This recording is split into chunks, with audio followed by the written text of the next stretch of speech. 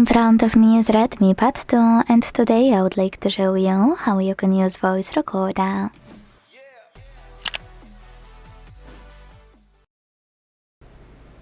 First of all, you need to open the Recorder app and then choose this button over here at the top of it to access all of those options. Adjust them however you want to, and when you finished, click on your screen. Then start recording thanks to this button at the bottom.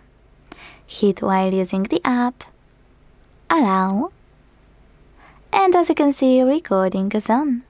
To pause it or unpause it, use this right button. To add a bookmark, hit mark at the top, and to end it and save it, use left button. As you can see, recording is on. Now, if you want to play it, click on it. Hit allow and wait. If you want to manage it, just hold it and use all of those options, like rename or delete. You can also, over here, share it thanks to this button with an arrow. You can skip it 3 seconds each way or speed it up.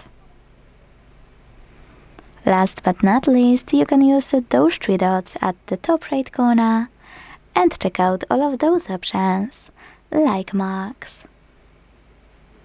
Thanks so much for watching. If you enjoyed this video, leave a like, comment and subscribe.